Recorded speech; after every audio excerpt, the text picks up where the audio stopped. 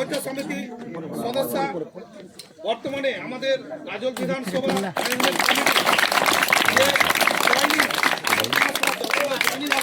জয়নিংয়ের যে ইনচার্জ রয়েছে গাঙ্গুলি সরকার, তার ওনার পাশেই রয়েছেন এই গাজল মন্ডল 2-এর চাকনগর অঞ্চলের প্রধান মাননীয় দীপু ওরাও মহাশয়া।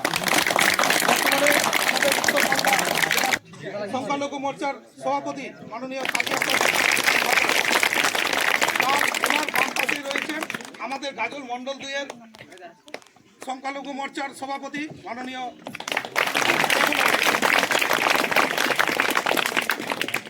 আমাদের এমপি ডান পাশে রয়েছে। আচ্ছা, যাই হোক, আমরা সকলেরই পরিচয় এর আগে একটু আগেই করে দিয়েছে সকলকে। আমরা সকলে যেহেতু আমাদের অনেক দেরি হয়ে গেছে, সেই কারণেই আমাদের আজকের যে মিটিং, সেই আজকের এই মঞ্চের বাস্তবিক ভাষণ রাখবেন নেতাগুলো। আমাদের যে মমতা ব্যানার্জি 15 বছর ধরে আমাদের সংখ্যালঘুদের ভয় দেখিয়ে রাজনীতি করেছেন, সেই রাজনীতিটা আর হয়তো চলবে না। আর এবার মমতা ব্যানার্জির বিসর্জন হবে। আমরা যে সংখ্যালঘু, আমরা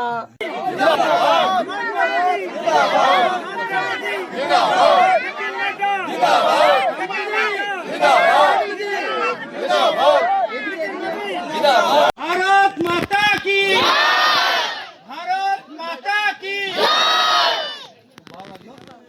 এখানে দিচ্ছে ভাতা নেওয়ার জন্য, 1500 টাকা ভাতা নেওয়ার জন্য লাইন দিচ্ছে। আজকে এই যে মহিলাদের 1500 টাকা করে যে লক্ষ্মীর ভান্ডার দিচ্ছে, ওই মায়েদের মুখটা বন্ধ করে রাখার জন্য সে টাকাটা দিচ্ছে। আমরা তো বুঝতে পারছি না, আমরা মহিলারা হয়তো মনে করছি না অনেক কিছু দিচ্ছে, কিন্তু তার পিছনে অনেক কারণ। তারা 1.5 শতাধিক মানুষ তারা আজকে সংকল্প নিয়েছেন, তারা ভারতীয় জনতা পার্টিতে যোগদান করবেন এবং ডবল ইঞ্জিন সরকার তৈরি করবেন। এই ডবল ইঞ্জিন সরকার তৈরি করার ভেতর দিয়ে পশ্চিম বাংলায় এই জঙ্গলের রাজ আমাদের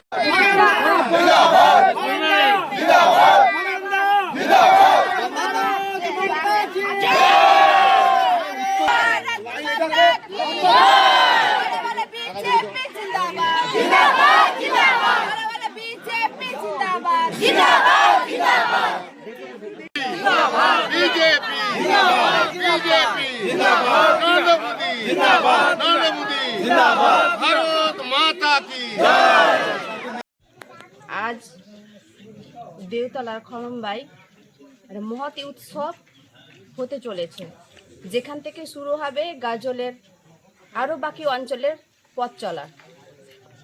এই পথ চলার মহতী অনুষ্ঠানে আমাদের এই সম্মানীয় মঞ্চে উপস্থিত। আজকে জয়নিং প্রোগ্রামে আমি শুনেছি যে আমাদের মা বাবা, তার সাথে সাথে আমার সংখ্যালঘু দাদা দিদিরাও আজকে জয়নিং করবেন। খুব ভালো লেগেছেন, তারা বুঝতে শিখেছেন। আজকে আমরা তৃণমূল ছেড়ে বিজেপি পার্টিতে, ওই যে তপনদার নির্দেশে আমাদের উত্তর মালদার সাংসদ শ্রী খগেন মুর্মু মহাশয়ের নেতৃত্বে আমরা আজকে বিজেপিতে যোগদান করলাম। আমরা বিগত কতদিন ধরে ছিলেন টিএমসিতে? প্রায় 2011 সাল পর যখন পার্টিটা ক্ষমতায় আসে তখন। তার আগে আমরা কিন্তু বামফ্রন্ট করতাম। কোনো পদে রয়েছিলেন? পদে এমনিতে আমরা তৃণমূলের তো ওরকম কোনো পদ হয় না। তৃণমূলের অনেক পদ, আবার কোনো পদ নাই। তৃণমূলের সবাই নেতা। কেন ছাড়লেন? কেন? পার্টিটা কোনো নিয়ম শৃঙ্খলা নাই, শিষ্টাচার নাই, সম্মান নাই, কাউকে মূল্য দেয় না। বিজেপিতে যোগদান করলেন কেন?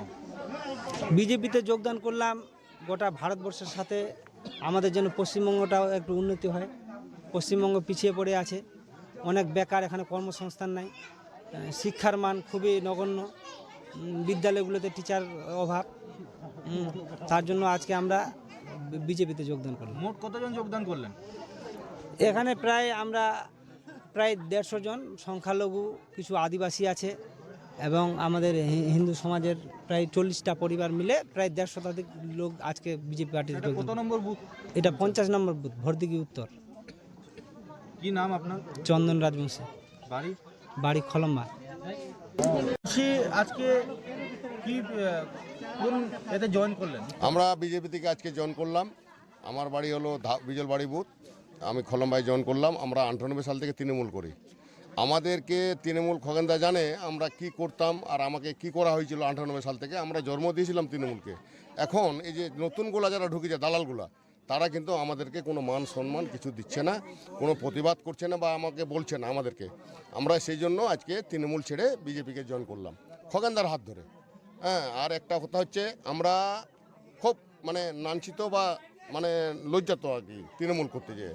আজকে চোরগুলাকে হাতে দিয়ে দিয়েছে পার্টিটা মমতা ব্যানার্জি। যে চোর তৃণমূল সিপিএম করতো তারা এখন তৃণমূলে ঢুকেছে, ঢুকে ওরা এখন দালালি করছে।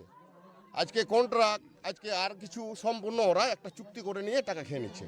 আমরা যে পুরাতন বা আমরা ছিলাম, আমাদেরকে ওরা কোনো মানযতা দিচ্ছে না বা কোনো মান সম্মান দিচ্ছে না। হ্যাঁ, এই বলে আমি খগেনদার হাত ধরে আজকে বিজেপিতে গেলাম। মোট কতজন? আমরা আজকে 150 থেকে 200 ফ্যামিলি ঢুকলাম খলম্বা থেকে। এখানকারই বাসিন্দা? হ্যাঁ, খলম্বার বাসিন্দা, বিজলবাড়ি থেকে এসছে, পান্ডুয়া থেকেও আসছে। কত নম্বর বুথ? এটা হচ্ছে আমাদের 50 নম্বর বুথ, ভোটডিগি বুথ।